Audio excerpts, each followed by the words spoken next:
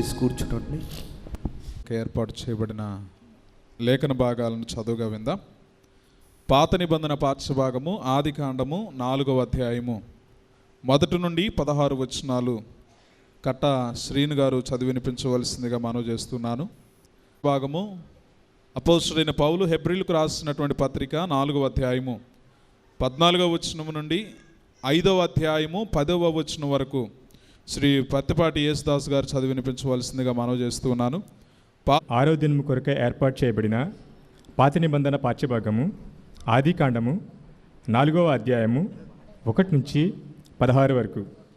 ఆదికాండము 4వ అధ్యాయము 1 నుంచి ప్రారంభం. ఆదాము తన భార్య అయిన అవ్వను కూడినప్పుడు ఆమె గర్భవతి కయీనును కని, యెహోవా దయ వలన నేను ఒక మనిషిని సంపాదించుకున్నానెను. తర్వాత ఆమె తమ్ముడుగు హేబేలును కనెను. హేబేలు గొర్రెల కాపరి, కయీను భూమిని స్వేదపరచువాడు. కొంతకాలమైన తరువాత కయీను పంట పొలములలో కొంత యెహోవాకు అర్పణగా తెచ్చెను. హేబేలు కూడా తన మందలో తొలుచూలు పుట్టిన వాటిలో కొవ్విన వాటిని కొన్ని తెచ్చెను. యెహోవా హేబేలును అతని అర్పణను లక్ష్యపెట్టెను. కయీనును అతని అర్పణను ఆయన లక్ష్యపెట్టలేదు. కాబట్టి కయీనుకు మిక్కిలి కోపం వచ్చి అతడు తన ముఖమును చిన్నబుచ్చుకొనగా, యెహోవా కయీనుతో, నీకు కోపమేలా? ముఖము చిన్నబుచ్చుకొని ఉన్నావేమి? నీవు సత్క్రియ చేసిన ఎడల తలెత్తుకొనవా? సత్క్రియ చేయని ఎడల వాకిట పాపం పొంచియుండును నీ ఎడ. అందుకు యెహోవా అతనితో, కాబట్టి ఎవడైనను కయీనును చంపిన ఎడల వానికి ప్రతిదండన 7 అంతలు కలుగునెను. మరియు ఎవడైనను కయీనును కనుగొని అతని చంపక ఉండునట్లు 6వ దినము కొరకై ఏర్పాటు చేయబడిన పరిశుద్ధ గ్రంథంలోని పత్రికా పాఠము హెబ్రీయులకు రాసిన పత్రిక 4వ అధ్యాయము 14వ వచనం నుండి 5వ అధ్యాయము 10వ వచనం వరకు. హెబ్రీయులకు రాసిన పత్రిక 4వ అధ్యాయము 14వ వచనము నుండి ప్రారంభము.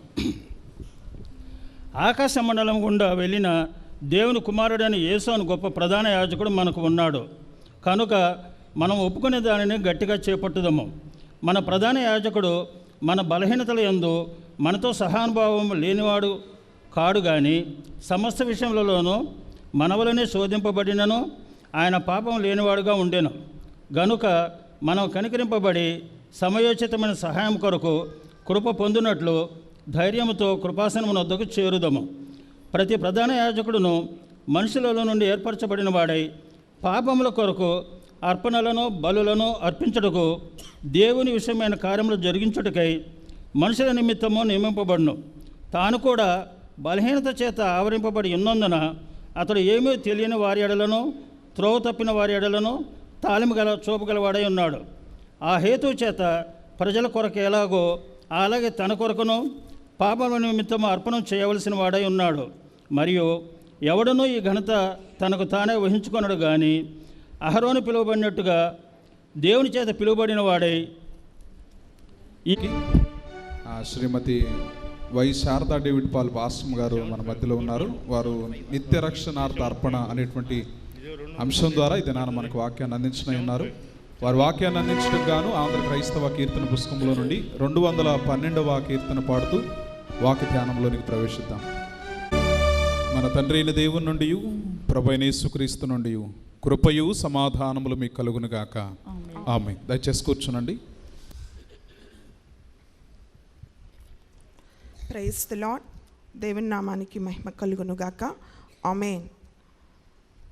క్రీస్తునందు ప్రియా దేవుని సంగమ, మన రక్షకుడును శిలువ శ్రమ సేవకుడునైన యేసు క్రీస్తు వారి శక్తి కలిగిన నామంలో మీ అందరికీ హృదయపూర్వకమైన శిలువ ఆరాధన శుభాభివందనములు తెలియచేస్తూ ఉన్నాను. ప్రత్యేకించి శిలువ ధ్యాన ఆరాధనలో నేటి 6వ రోజు శిలువ ధ్యాన ఆరాధనలో మీతో కలిసి దేవుని నామమును ఆరాధించుటకు, దేవుని వాక్యమును పంచుకొనుటకు అయోగ్యురాలనైన నన్ను ప్రేమించి నశించిపోతున్న నన్ను వెతికి రక్షించుకుని తన సేవలో ఒక చిన్న పాత్రగా వాడుకొనుచున్న త్రియేక దేవుని నామమునకు నా హృదయపూర్వకమైన కృతజ్ఞతాస్తుతులు స్తోత్రములు నా మరణ పర్యంతము చెల్లింప బద్దురాలనై ఉన్నాను. అదే రీతిగా ఈ దినమున మీతో కలిసి దేవుని ఆరాధించడానికి ఆ మంచి అవకాశమును అనుగ్రహించినటువంటి మన ప్యారిష్ పాస్టర్ గారైనటువంటి రెవరెండ్ పి దేవదాసయ్య గారికి, అమ్మగారికి నా హృదయపూర్వకమైన వందనాలు తెలియచేస్తూ ఉన్నాను. అలాగే అడిషనల్ పాస్టర్ గారైనటువంటి రెవరెండ్ పి నానిబాబు గారికి, అలాగే అమ్మగారికి నా హృదయపూర్వకమైన వందనములు తెలియచేస్తూ ఉన్నాను. అసిస్టెంట్ పాస్టర్ గారైనటువంటి రెవరెండ్ KT.VK కిరణ్ గారికి మరి వందనములు తెలియచేస్తూ ఉన్నాను. ప్రత్యేకించి నన్ను ఎంతగానో ప్రోత్సహిస్తున్నటువంటి స్త్రీల సమాజం వారందరికీ, అలాగే యూత్ లీగ్ వారికి నా హృదయపూర్వకమైన వందనములు. సండే స్కూల్ బిడ్డలందరికీ దేవుని యొక్క ఆశీస్సులు, మరి ప్రాముఖ్యంగా సంఘమంతటికి నా హృదయపూర్వకమైన వందనములు, కృతజ్ఞతలు తెలియచేస్తూ ఉన్నాను. మంచిదండి, దేవుడు మనందరినీ ప్రేమించి శిలువ ధ్యాన ఆరాధనలో పాల్గొనే మహాభాగ్యమును దేవుడు మనకు అనుగ్రహిస్తూ ఉన్నాడు. అందును బట్టి మనము ఎంతగానో సంతోషించాలి. ఎందుకు అంటే క్రైస్తవ విశ్వాసమును ప్రతిబింబింపచేసే శిలువ ధ్యాన ఆరాధనలు మనకెంతో ఆశీర్వాదకరమైనవి. ఇవి తపస్సు దినములుగా ఎంచబడుతున్నవి. మన ఆధ్యాత్మికతను అభివృద్ధి పరుచుకొనడానికి, మన విశ్వాసమును సరిచేసుకోవడానికి, దేవుడు మనకు అనుగ్రహించిన రక్షణను కాపాడుకోవడానికి, అనేక మందికి సిలువను గూర్చిన వార్తను చాటి చెప్పడానికి ఈ సిలువ ధ్యానాలు క్రైస్తవ సమాజానికి ఎంతో దీవెనకరమైనవని బలముగా నమ్ముతూ ఉన్నాను. ఎందుకంటే నా ఆధ్యాత్మికతను తట్టి లేపి యేసుక్రీస్తు ప్రభువారిని నా సొంత రక్షకుడిగా అంగీకరించి ఆయన్ని వెంబడిస్తూ ఆయన సేవలో కొనసాగించడానికి దేవుడు తన ఉచితమైన కృపను బట్టి మన ఈ దేవాలయంలోనే నేను ఆ అనుభవాన్ని పొందుకున్న విధానమును, ఆ సాక్ష్య జీవితమును నేను ఎప్పటికీ మర్చిపోలేను. మన దేవాలయంలోనే దేవుని గురించి తెలుసుకుని రక్షణలోనికి రావడానికి, ఇక్కడే పరిశుద్ధాత్మ శక్తితో బాప్తిస్మమును పొందుకొని, ఇక్కడే వివాహము చేయబడి, ఇక్కడే ఈ యొక్క మన దేవాలయము నుండే పరిచర్యకు అప్పగింపబడినటువంటి ఒక సాక్ష్య జీవిని నేను. ఈ యొక్క ఆత్మీయమైన ప్రయాణంలో నా మొదటి గురువుగా నేను ఎప్పటికీ మర్చిపోలేను కీర్తిశేషులు తెలగతోటి కాంతయ్య గారు, మా మేనమామ గారు. వారు ఈ లోకమును వదిలినప్పటికీ కూడా వారు మా పట్ల చేసినటువంటి ఆత్మీయమైన కార్యములో ఒక సాధకముగా వారు నిలవబడి ఆత్మ గురువులుగా మరి బలపరిచినటువంటి వారిని మేము ఎప్పుడూ కూడా మరి తలంచుకొనిచూ ఉంటూ ఉంటాం. అదే విధముగా సేవ కొరకు అప్పగించిన నా తల్లిదండ్రులను బట్టి కూడా నేను సంతోషిస్తూ ఉన్నాను. అలాగే మరి సేవలో మరి మా పాస్టర్ గారు కూడా నన్ను ఎంతో ప్రోత్సహిస్తూ ముందుకు నడిపిస్తూ ఉన్నారు. వారికి కూడా నేను సదా కృతజ్ఞతను కలిగి ఉంటూ ఉన్నాను. అదే రీతిగా మరి పిడపరు క్రీస్తు సంఘము మరి మన లూథరన్ దేవాలయం తరపు నుంచి కూడా వందనములు మన సంఘమునకు తెలియచేయటానికి ఇష్టపడుతూ ఉన్నాను. మంచిదండి, మరి క్రీస్తు శిలువ ఆరాధనలో మరి నేటి దిన అంశముగా మరి చక్కని అంశం ఇవ్వబడింది, నిత్య రక్షణార్థ అర్పణ. దానికి సంబంధించిన లేఖన భాగములు చదవగా మీరు విని ఉన్నారు. మరి దేవుడు అనుగ్రహించిన సమయమును బట్టి నిత్య రక్షణ అర్పణ గురించి పరిశుద్ధాత్మని సహాయము కోరి ప్రార్థనాపూర్వకముగా వాక్య ధ్యానంలోనికి మనం వెళ్దాం.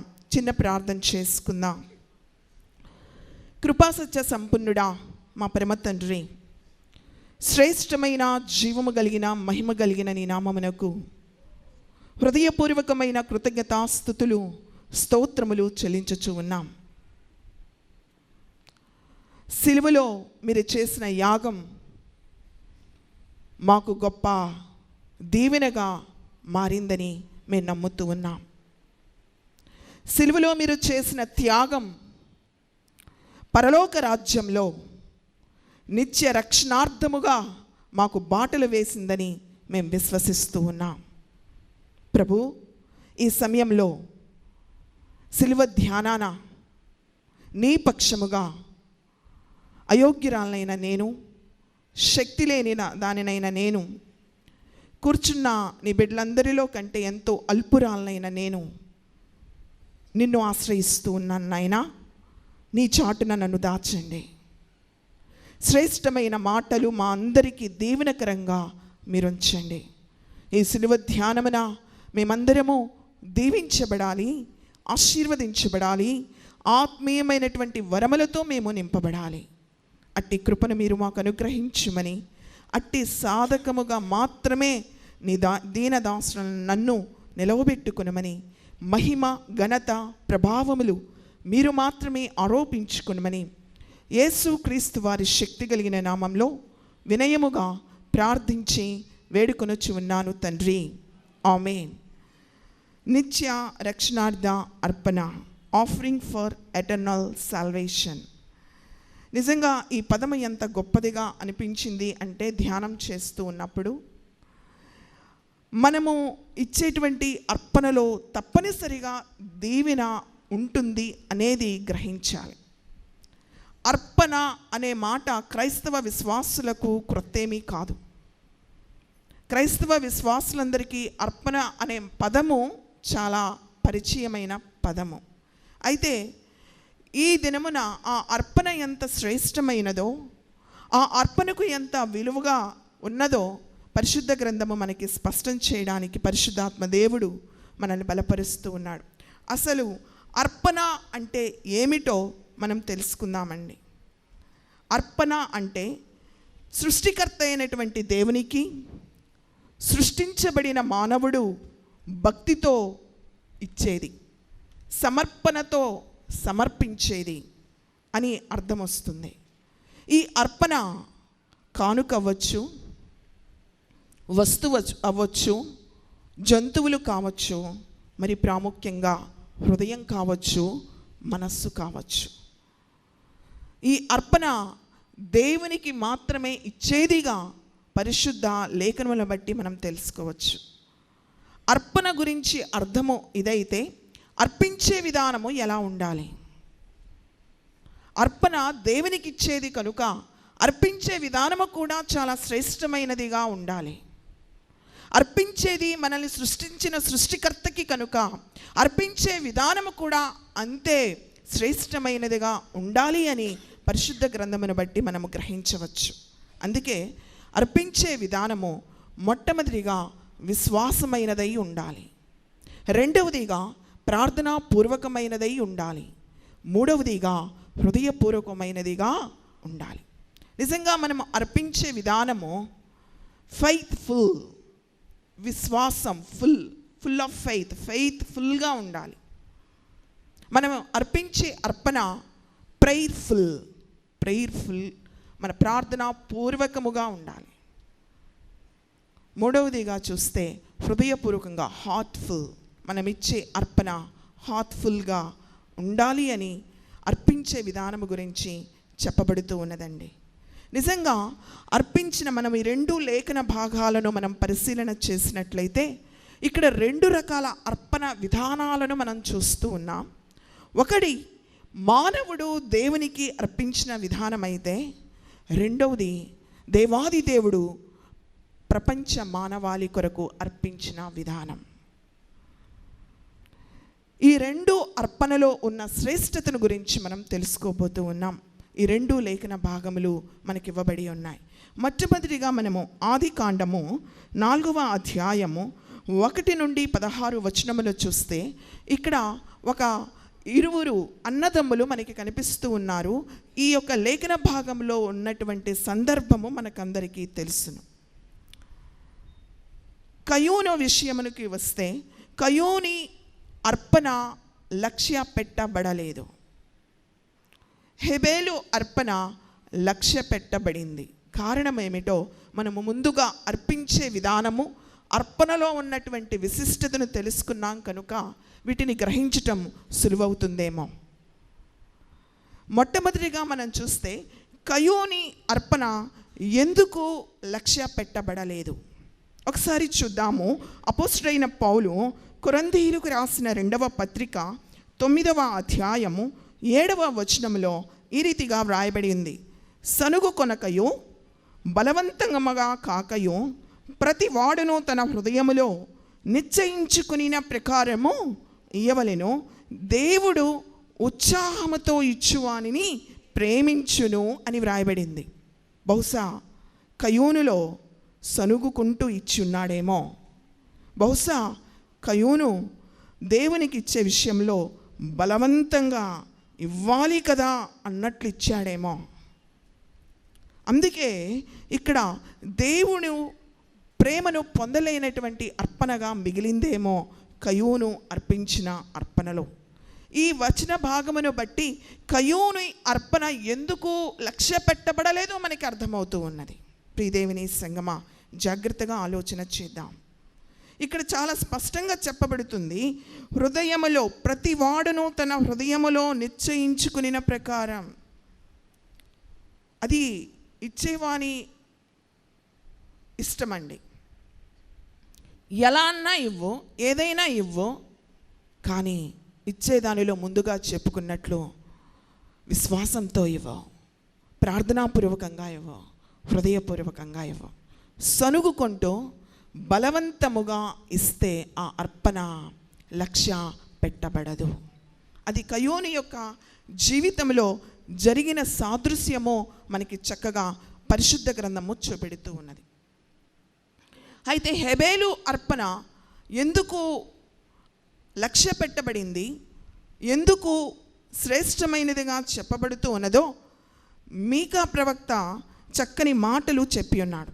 ఏ విధముగా హెబేలు తన అర్పణను ఇచ్చి ఉన్నాడో ఆ లేఖన భాగమును అనుసరించి చూస్తే హెబేలు ఇచ్చిన అర్పణలో ఇంత గొప్ప శ్రేష్టత ఉన్నది అని మనకు అనిపిస్తూ ఉన్నది. మీకా గ్రంథము 6వ అధ్యాయము 6 నుంచి 8 వచనములు గమనించినట్లయితే అక్కడ చూడండి, ఏమి తీసుకొని వచ్చి నేను యెహోవాను దర్శింతును, ఏమి తీసుకుని వచ్చి మహోన్నతుడైన దేవుని సన్నిధిని నమస్కారము చేతును, దహన బలులను ఏడాది దూడలను అర్పించి దర్శింతునా, వేల కొలది పొట్టేళ్లును వేలాది నదులంత విస్తారమైన తైలమును ఆయనకు సంతోషము కలుగు చేయునా, నా అతిక్రమమునకై నా జ్యేష్ఠపుత్రుని నేనిత్తునా, నా పాప పరిహారమునకై నా గర్భఫలమును నేనిత్తునా. మనుష్యుడా, ఏది ఉత్తమమో అది నీకు తెలియచేయబడి ఉన్నది. న్యాయముగా నడుచుకొనుటయు, కనికరమును ప్రేమించుటయు, దీన మనస్సు కలిగి నీ దేవుని ఎదుట ప్రవర్తించుటయు ఇంతే కదా యెహోవా నిన్ను అడుగుచున్నాడు. చాలా స్పష్టంగా ఇవ్వబడింది. దేవుడు మన దగ్గర నుంచి ఏమి కోరుకుంటున్నాడు అంటే, దేవుడు మనలో నుండి ఏది శ్రేష్టమైనదిగా ఆశిస్తూ ఉన్నాడు అంటే, మనమిచ్చే అర్పణల యొక్క విలువ కాదు, కానీ మనము ఏ మనసుతో ఇస్తున్నామో ఆ మనసు యొక్క విలువను ఆయన ఎంచుతూ ఉన్నాడు అని చాలా స్పష్టంగా చెప్పబడుతూ ఉన్నది. అందుకే ఇక్కడ అంటున్నాడు, న్యాయముగా నడుచుకునుటయు, కనికరమును ప్రేమించుటయు, దీన మనస్సును కలిగి దేవుని ఎదుట ప్రవర్తించుటయు. హెబేలులో ఇదే ఉంది. న్యాయముగా ప్రవర్తించాడు హెబేలు, కనికరము కలిగినటువంటి వాడుగా జీవించాడు. ఈ లేఖన భాగమున బట్టి హెబేలు అర్పణ లక్ష్య పెట్టబడిన దానిలో అర్థమేమిటో దీనిని బట్టి మనం అర్థం చేసుకోవచ్చు. అన్నిటికీ మించి దేవునికి ఇష్టడిగా హృదయపూర్వకమైన అర్పణను హెబేలు ఇచ్చినట్లు మనం చూస్తూ ఉన్నాం. ప్రియమైనటువంటి వారలారా, ఇది అర్పించే విధానము, అర్పించిన విధానం బట్టి దేవుణ్ణి సంతోషపరిచినటువంటి స్థితి ఇక్కడ మనకి స్పష్టమవుతుంది. అయితే ఇక్కడే మొదలైంది అసలైనటువంటి విషయం. ఎప్పుడైతే తన తమ్ముడైనటువంటి హెబేలు అర్పణ దేవుడు లక్ష్య పెట్టాడు, నా అర్పణను దేవుడు లక్ష్య పెట్టలేదు అని కయోనికి అర్థమైందో, పాపము పొంచి ఉన్నదండి. అసూయ వచ్చింది. అసూయ కోపానికి దారితీసింది.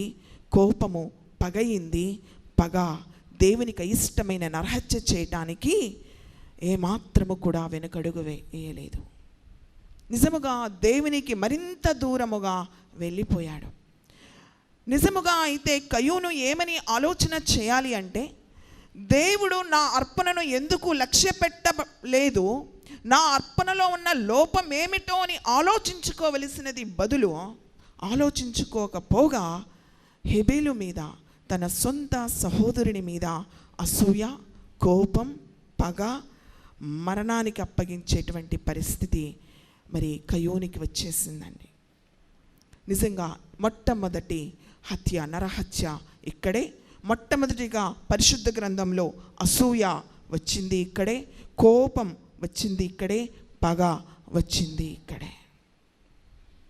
ఇక్కడ మనము ఒక విషయాన్ని తప్పకుండా అర్థం చేసుకోవాలి. హెబేలు రక్తము ఒకసారి చూద్దాము. 4వ అధ్యాయము 9వ వచనంలో, యెహోవా నీ తమ్ముడైన హెబేలు ఎక్కడున్నాడని కయోను నడగగా, అతడు నేనెరుగను, నా తమ్మునికి నేను కావలి వాడనా అనెను. అప్పుడు ఆయన, నీవు చేసిన పని ఏమిటి? నీ తమ్ముని రక్తం యొక్క స్వరము నేలలో నుండి నాకు. నిజముగా హెబేలు విషయం జ్ఞాపకం చేసుకుంటే హెబేలులో ఏమైనా పొరపాటు ఉన్నదా అంటే లేదు. హెబేలులో ఏమైనా దోషముందా అంటే మనకి కనపడదు. కానీ హెబేలు అక్కడ రక్తం చిందించినటువంటి స్థితి కనిపిస్తూ ఉన్నది. అంటే నిర్దోషి అని మనకు అర్థమవుతుంది. హెబేలు నిర్దోషి అయిన హెబేలు రక్తము నేలలో నుండి మొరపెడితే దేవుడు ఆలకించాడండి. హెబేలు రక్తము ఏమని మొరపెట్టి ఉండవచ్చు? నాకు న్యాయం చేయమని మొరపెట్టి ఉండవచ్చు. నిజంగా మానవులకు ఎప్పుడు న్యాయం అనిపిస్తుంది? నాకు అన్యాయం చేసిన వాడు శిక్ష పడితే అది నాకు న్యాయం. నాకు ఎవరైతే అన్యాయం చేశారో వారు శిక్షింపబడితే నాకు న్యాయం జరిగినట్టు. అది మానవుని యొక్క స్వభావం. ఇక్కడ అదే జరిగింది. హెబేలు రక్తము నేలలో నుండి మొరపెడితే దేవుడైన యెహోవా ఆలకించి కయోనును శపించి ఉన్నాడు. ప్రియదేవుని బిడ్డలారా, నిజంగా నిర్దోషి అయిన హెబేలు రక్తము తన వరకే, తన వ్యక్తిగతముగా న్యాయము కొరకు మొరపెడింది. కానీ పరిశుద్ధుని రక్తం, దేవాది దేవుని యొక్క రక్తం, పవిత్రుని యొక్క రక్తం సకల మానవాళి కొరకు మొరపెట్టింది. మనము ఎంత ధన్యులమో, మనము ఎంత భాగ్యులమో ఆ విషయమే పత్రికా భాగంలో చాలా స్పష్టంగా చూపెడుతుంది. అపోస్తలుడైన పౌలు హెబ్రీలకు రాసినటువంటి పత్రిక 5వ అధ్యాయము, అంటే 4 నుంచి మనం చదువుకున్నాం, కానీ మనకున్న సమయమును బట్టి 5వ అధ్యాయపడడానికి యాజకుడు అక్కడ దేవుని చేత ఏర్పరచబడిన వాడుగా ఉంటూ ఉన్నాడు. అదే అక్కడ చక్కగా రాయబడి ఉన్నదండి.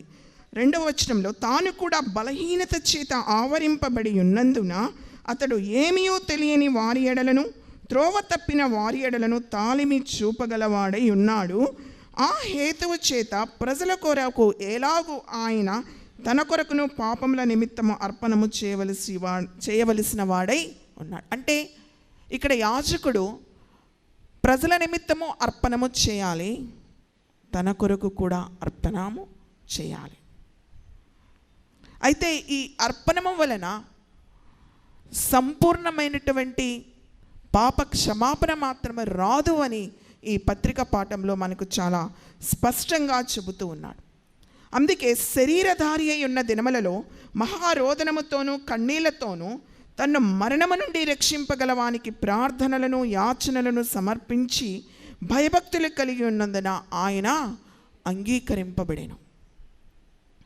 ఎందుకు అంటే ప్రతి ఏటా ఎడ్ల యొక్కయు గొర్రెల యొక్కయు రక్తమును యాజకుడు బలిపీఠము మీద పోయబడి, ఎందుకు ఈ రక్తము ఎంత శ్రేష్టమైనది అంటే ఇది తప్పకుండా మనం తెలుసుకోవాలి. లేవీకాండము 17వ అధ్యాయము 11వ వచనము ఒకసారి చదువుకుంటే, రక్తము దేహమునకు ప్రాణము, మీ నిమిత్తము ప్రాయశ్చిత్తము చేయనట్లు బలిపీఠము మీద పోయిటకై దానిని మీకిచ్చి తిని, రక్తము దానిలోనున్న ప్రాణమును బట్టి ప్రాయశ్చిత్తము. చాలా స్పష్టంగా చెప్పబడిందండి. రక్తము దేహమునకు ప్రాణము. ఇక్కడ కూడా ఎడ్ల యొక్కయు గొర్రెల యొక్కయు రక్తము పాపమునకు ప్రాయశ్చిత్తము జరుగుటలేదు. ఇది మనము ఆలోచించాలి. అందువలన ఏమి జరిగిందో ఇక్కడ చాలా స్పష్టతతో చెబుతూ ఉన్నారు. హెబ్రీయులకు రాసినటువంటి పత్రిక 9వ అధ్యాయము 12వ వచనంలో, మేకల యొక్కయు కోడెల యొక్కయు రక్తముతో కాక తన స్వరక్తముతో ఒక్కసారి పరిశుద్ధ స్థలములో ప్రవేశించెను. ఏలయనగా మేకల యొక్కయు ఎడ్ల యొక్కయు రక్తమును మైలపడిన వారి మీద ఆవు దూడ బూడిద చల్లుటయు శరీర శుద్ధి కలుగునట్లు వారిని పరిశుద్ధపరిచిన ఎడల నిత్యుడకు ఆత్మ ద్వారా తన్ను తాను దేవునికి నిర్దోషినిగా అర్పించుకుని క్రీస్తు యొక్క రక్తము నిర్జీవ క్రియలను విడిచి జీవము గలన దేవుని సేవించుటకు మీ మనస్సాక్షి ఎంతో ఎక్కువగా శుద్ధి చేయను కదా. చాలా తీవ్రమైనటువంటి మాటలు ఇక్కడ రాయబడి ఉన్నవి. మనకందరికీ తెలుసును, ఎడ్ల యొక్కయు గొర్రెల యొక్క రక్తము మనల్ని శుద్ధి చేయవు. యేసుక్రీస్తు ప్రభు పరిశుద్ధుడు. ఆయన రక్తము మనల్ని అందరినీ శుద్ధీకరణ చేసే విధముగా ఆయన పవిత్ర రక్తము మన కొరకు ప్రోక్షించబడింది, బలిపీఠము మీద పోయబడింది. ఆయన రక్తము ప్రాణమును మనకు పాపములో నుంచి విమోచనిచ్చి నిత్య జీవము కలిగినటువంటి జీవము ఆ పరలోకములోనికి మనల్ని నడిపించేదిగా, నిత్యము జీవించేదిగా ఉంచింది. ఆ ప్రాణము జీవము కనుక, ఆ రక్తము జీవము కనుక. ప్రియదేవుని సంఘం, ఎంత శ్రేష్టమైనటువంటి మాటలు పరిశుద్ధ గ్రంథంలో అర్పణకు ఉన్నది అండి. హెబేలు యొక్క రక్తము తన వ్యక్తిగతమైనటువంటి విషయంలో న్యాయము కొరకు మొరపెడితే, ఇక్కడ పరిశుద్ధుని యొక్క రక్తము సకల మానవాళి కొరకు మొరపెట్టింది, పాప విమోచన కొరకు. సిలువలో యేసుక్రీస్తు ప్రభువారు అపవాదితో పెనుగులాడాడు. మన విమోచన కొరకు, మనము నిత్య జీవములోనికి ప్రవేశించుట కొరకు ఆయన చేసిన యాగం ఎంత శ్లాఘనీయమైనది. నిజముగా మనందరినీ మరణము నుంచి తప్పించుటకు ఆయన చేసిన సిలువ యాగము, త్యాగము మనల్నందరినీ కూడా ఆయన బిడ్డలుగా, ఆయన సొత్తుగా చేసింది. అందుకే మనము ఈ దినము చదువుకున్నాము. మరి 10వ వచనంలో, హెబ్రీయులకు రాసిన పత్రిక 5వ అధ్యాయం 10వ వచనంలో అక్కడ చక్కని మాట రాయబడి ఉన్నది. దేవుని చేత పిలువబడి తనకు విధేయులైన వారికందరికి నిత్య రక్షణకు కారకుడయ్యాడు.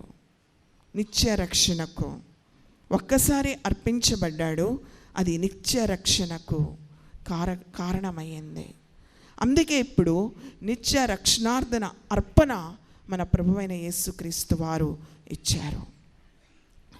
నిజముగా అక్కడ మానవుడు దేవుడు చేసిన మేలును బట్టి కృతజ్ఞతతో అర్పణ ఇస్తాడు.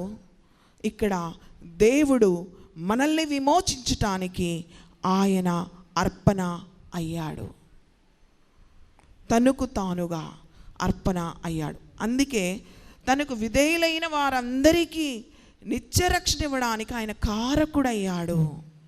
కారకుడయ్యాడని చాలా స్పష్టంగా చెప్పబడుతూ ఉన్నది. అదే హెబ్రీలకు రాసిన పత్రిక 10వ అధ్యాయము మరి 3-4 వచనముల్లో కూడా గమనిస్తే అక్కడ అంటున్నాడు, ఒక మాట, చక్కని మాట చెప్తూ ఉన్నాడు. 3-4 వచనములో, ఆ బలులను అర్పించుట చేత ఏటేటా పాపములు జ్ఞాపకమునకు వచ్చుచున్నవి. ఏలయనగా ఎడ్ల యొక్కయు మేకల యొక్కయు రక్తము పాపములను తీసివేయుట అసాధ్యము.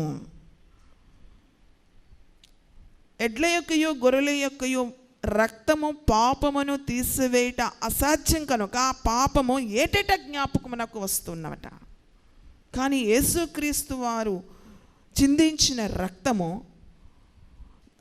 మనల్ని నిత్యము పాప విమోచనలోనికి మనల్ని నడిపించింది. రక్షణలో ఉండడానికి యేసుక్రీస్తు వారి పవిత్ర రక్తము మనకి ఎంతో ఆశీర్వాదకరంగా మారింది. అందుకే ఇక్కడ అంతా మంచి మాటలు చెప్తా ఉన్నారు. అదే 13-14 వచనముల్లో కూడా చూద్దాము. ఈయనైతే పాపముల నిమిత్తమై సదాకాలము నిలిచి ఒక్క బలిని అర్పించి అప్పటి నుండి తన శత్రువులు తన పాదములకు పాదపీఠముగా చేయుబడ వరకు కనిపెట్టుచు దేవుని కుడిపార్శ్వమున ఆసీనుడాయను. ఒక్క అర్పణ చేత ఈయన పరిశుద్ధపరచుబడు వారిని సదాకాలము సంపూర్ణులుగా చేసి ఉన్నాడు. ఒక్క అర్పణము చేత సకల మానవాళికి విడుదల అండి, పాప విమోచన. ఆయన శిలువ యాగం ప్రపంచాన్ని ప్రభావితం చేసింది అనడానికి ఇదొక నిదర్శనం. సదాకాలము ఆయన మన ఎడల చూపుతున్న కృప ఎంత గొప్పదో ఇక్కడ చెబుతూ ఉన్నాడు. సంపూర్ణత్వంలోనికి మనల్ని నడిపించిన విధానమును ఇక్కడ మనం చూస్తూ ఉన్నాం. అదే మరి హెబ్రీలకు రాసిన పత్రిక 12వ అధ్యాయము 24వ వచనంలో కూడా చూస్తే మంచి మాట, క్రొత్త నిబంధనకు మధ్యవర్తి అయిన యేసునొద్దకును హెబేలు కంటే మరి శ్రేష్టముగా పలుకు ప్రోక్షణ రక్తమునకు మీరు వచ్చి ఉన్నారు. నిజముగా హెబేలు కంటే మరి శ్రేష్టమైన రక్తము మనం ఆశ్రయించి ఉన్నాం. యేసుక్రీస్తు ప్రభువారు చిందించినటువంటి రక్తము మనకి నిత్య రక్షణకు కారణమైంది అనడంలో మరి ఒక నిదర్శనం ఇది. హెబేలు రక్తము నిజంగా నిర్దోషి యొక్క రక్తము మొరపెట్టినప్పుడు దేవుడు ఆలకించి ఉన్నాడు. పరిశుద్ధుని యొక్క రక్తము సకల మానవాళిపై కనికరము చూపించి రక్షణ మార్గాన్ని ఇచ్చి ఉన్నాడు. ప్రియా దేవుని బిడ్డలారా, ఈ శిలువ ధ్యానంలో మన ప్రభువైన యేసుక్రీస్తు వారు, పరిశుద్ధుడైనటువంటి యేసుక్రీస్తు వారు మనందరికీ ప్రభువుగాను రక్షకుడుగాను ఉన్న కారణం ఏమిటి అంటే, మన పాపభారము మోసి ఆయన తనకు తానుగా అర్పణము అయ్యాడు. రక్తము చిందించుట చేత ఆయన రక్తము బలిపీఠము మీద పోయబడుట చేత ఆయన రక్తము ప్రాణము, ఆయన రక్తము జీవము కనుక మనకందరికీ కూడా నిత్య రక్షణ ఇవ్వబడింది. ఇక దీనికి మరి ఏది కూడా కలపక్కరలేదు, మరి ఏది కూడా చేయనక్కరలేదు. మనము ప్రభువైన యేసుక్రీస్తు వారిని నమ్మితే చాలు, సొంత రక్షకుడుగా అంగీకరిస్తే చాలు. మన పాపములు ఆయన చిందించిన రక్తములో కడగబడితే చాలు, నిత్య రక్షణకు మనం వారసులం అవుతాం. నిత్య రక్షణలోనికి మనం వెళ్తాం, నిత్యత్వంలోనికి మనం వెళ్తాం. అందుకే నిత్య రక్షణార్థమైన అర్పణ మనకు ఎంతో దీవెనకరమైనది. ఈ అర్పణను బట్టి మనమందరము కూడా దీవించబడి ఉన్నాం, తప్పించబడి ఉన్నాం. మరణము నుంచి, పాపము నుంచి, శాపము నుంచి తప్పించబడి ఉన్నాం. శ్రేష్టమైన తండ్రి యొక్క రాజ్యంలోనికి మనం చేర్చబడుతున్నాం. క్రైస్తవ విశ్వాసంలో ఉన్న ప్రాముఖ్యత ఇదే. మన యొక్క విశ్వాసం అనేక మందికి చాటి చెప్పవలసినటువంటి బాధ్యత ఇదే. కనుక నిత్య రక్షణకు వారసులమైన మనము ఆ అర్పణలో ఉన్న విలువను తెలుసుకొని ఆయనకిష్టముగా, ఆయనకు మరి మహిమ తెచ్చేటువంటి వారముగా మనం ఉండడానికి పరిశుద్ధాత్మ దేవుడు మనకందరికీ తోడయండి, కాపాడి సంరక్షించునుగాక. God bless you. సమస్త జ్ఞానమునకు మించిన దేవుని సమాధానం యేసుక్రీస్తు వలన మీ హృదయములకు తలంపులకు కావలి ఉండును గాక.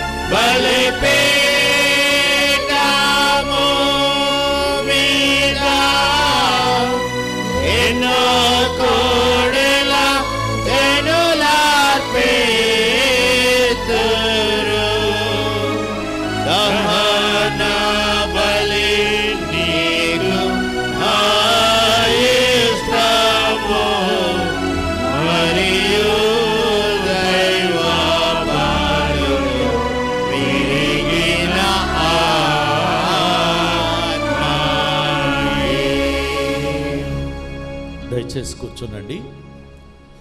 ప్రభునందు ప్రియమైన దేవుని బిడ్డలారా, ఈరోజు మనకి దైవ సందేశాన్ని అందించినటువంటి వారు శ్రీమతి వై శారదా డేవిడ్ పాల్ గారు. వారికి నిన్ను వందనాలు తెలియజేస్తూ ఉన్నాను. రేపటి దినాన మనకి వాక్యాన్ని అందించేవారు శ్రీ ఎస్ ఎలీషా గారు. వారు రేపు మనకి దైవ సందేశాన్ని అందిస్తారు. ఈ విషయాన్ని గమనించవలసిందిగా మనవి చేస్తూ ఉన్నాను. కొన్ని అనౌన్స్మెంట్స్ గమనించండి. మనకి దేవాలయంలో చైర్స్ అవసరమై ఉంది అని తెలియజేసినప్పుడు మరి చాలామంది ఆసక్తి కలిగి ముందుకు వస్తూ ఉన్నారు. ఈరోజు కొన్ని చైర్స్ని మనకి డొనేట్ చేసినటువంటి వారి వివరాలు గమనించవలసిందిగా మనవి. తేళ్ల బాబురావు గారి జ్ఞాపకార్థం కుమారుడు తేళ్ల సూర్యకిరణ్ గారు హారిస్పేట వాస్తవ్యులు 10 చైర్స్ ఇచ్చారు. అలాగే మన సంఘప్రియులు జాలాది తులసిదాస్ గారి యొక్క కుమారుడు జాలాది మనోజ్ విక్కీ ఆనందపేట వాస్తవ్యులు 50 చైర్స్. మేరుగా కాంతమ్మ గారి జ్ఞాపకార్థం వారి కుమారుడు మేరుగా ఇసాక్ గారు ఆనందపేట వాస్తవ్యులు 14 చైర్స్.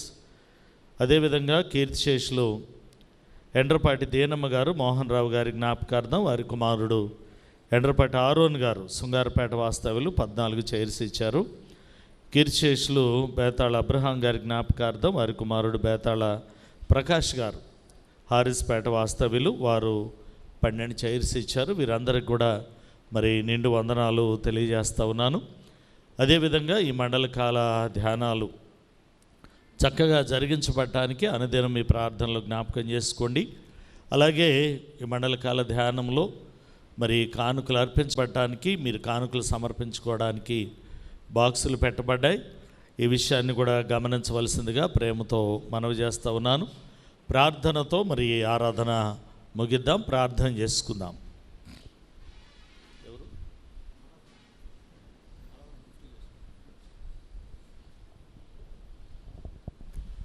ప్రార్థింతుము. మహోన్నతుడైన మా తండ్రి, కృపగలిగిన మా దేవ, మీ పరిశుద్ధమైన, ప్రశస్తమైన, శ్రేష్టమైన నామాన్ని బట్టి మీకు వెలలేని స్తుతులు, స్తోత్రాలు చెల్లిస్తూ ఉన్నాం. గడిచిన దినము ఈ పగటి వేళంతా మీ కృప మాతో ఉంచి మండలకాల ధ్యానాల్లో 6వ దినములోనికి ప్రభా మమ్మల్ని అందరినీ కూడా ప్రవేశపెట్టినటువంటి గొప్ప దేవుడువు. చేరిన మేము మిమ్మల్ని కీర్తనల ద్వారా స్తుతించాము, ఆరాధన ద్వారా మీరు మహిమనొందారు. మీ దాసురాలను మీ పక్షంగా నిలువబెట్టుకుని మాట్లాడినటువంటి వాక్యము కొరకై మీ కృతజ్ఞతలు. విత్తబడిన వాక్యము ప్రతి బిడ్డ జీవితంలో భద్రపరచబడి వాక్యానుసారమైనటువంటి జీవితాన్ని కలిగి జీవించడానికి కృప దయచేయమని ప్రార్థిస్తా ఉన్నాం. ఈ ఆరాధనలో తలలో ఉంచినటువంటి ప్రతి బిడ్డను పేరు పేరున దీవించండి, ఆశీర్వదించండి. సెయింట్ మార్క్స్ దేవాలయం కలిగి ఉన్నటువంటి కుటుంబాలను మీ పాదాల చెంతకు తీసుకొస్తా ఉన్నాం. సండే స్కూలు బాలబాలికలు, యవన బిడ్డలు, స్త్రీలు, పురుషులు, వృద్ధుల కొరకై ప్రార్థిస్తూ ఉన్నాం. ఇంతకాలము వీరందరినీ మీ కృపలో కాచినటువంటి దేవుడువు. చదువుతున్నటువంటి బిడ్డలకు మంచి జ్ఞానాన్ని, తెలివిని, వివేచనను, ఆరోగ్యాన్ని మీరు ఇవ్వండి. 10వ తరగతి అదే రీతిగా ఇంటర్మీడియట్ ఎగ్జామ్స్ రాస్తున్నటువంటి బిడ్డలకు సమయోచితమైనటువంటి జ్ఞానాన్ని మీరు అనుగ్రహించండి. పరీక్షలన్నీ కూడా చక్కగా విజయవంతంగా ముగించుకునడానికి కృపణ దయచేయమని ప్రార్థిస్తూ ఉన్నాను దేవా. మా సంఘములో ఉన్నటువంటి బిడ్డలు కష్టకాలాల్లో, శ్రమల్లో, వ్యాధుల్లో, బాధల్లో ఉన్నటువంటి కుటుంబాలు ఉంటే వాటన్నిటి నుంచి కూడా మీరు విడుదలనిచ్చి సమృద్ధికరమైనటువంటి ఈ దీవెన ఆశీర్వాదములు బిడ్డలతో ఉంచండి. బలహీనులను బలపరచండి. అనారోగ్య పరిస్థితుల్లో ఉన్నటువంటి బిడ్డలకు కావలసినటువంటి మంచి ఆరోగ్యాన్ని ఇవ్వండి. ఈ మండలకాల ధ్యానాల్లో ఉపవాసముల నుండి మీ సన్నిధిలో ప్రభా అనుదినము మానక సేవిస్తున్నటువంటి బిడ్డలందరి కొరకై ప్రార్థిస్తూ ఉన్నాం. శరీరానుసారమైనటువంటి బలమును, ఆత్మీయమైనటువంటి ఎదుగుదలను ప్రతి బిడ్డ జీవితానికి మీరు అనుగ్రహించండి. ఈ మైక్ శబ్దం ద్వారా ఆయా స్థలాల్లో ఉండి విని ఆలకించినటువంటి ప్రతి బిడ్డను కూడా మీరు దర్శించండి. మా సంఘ బిడ్డలు చేయించినటువంటి పనులు, ఉద్యోగాలు, వ్యాపారాలు సమస్తమును కూడా మీరు దీవెనకరంగా మలచండి. ఈ ఆరాధన ముగించుకుని మా బిడ్డలు వారి గృహాలకు తిరిగి వెళ్ళనేయండిగా. ఈ రాత్రి వేళ మంచి విశ్రాంతినిచ్చి వేకునే మీ సన్నిధానములు మిమ్మల్ని స్తుతించే భాగ్యాన్ని మా జీవితాలకు మీరు అనుగ్రహించమని సమస్త మనవులు సంఘపక్షంగా మీ చేతులకు అర్పిస్తూ యేసు నామములో ప్రార్థిస్తూ ఉన్నాము తండ్రి, ఆమేన్. పరలోకమందున్న మా తండ్రి, మీ నామం పరిశుద్ధపరచబడుగాక, నీ రాజ్యం వచ్చుగాక, మీ చిత్తం పరలోకమందు నెరవేరుచున్నట్లు భూమి యందును నెరవేరునుగాక.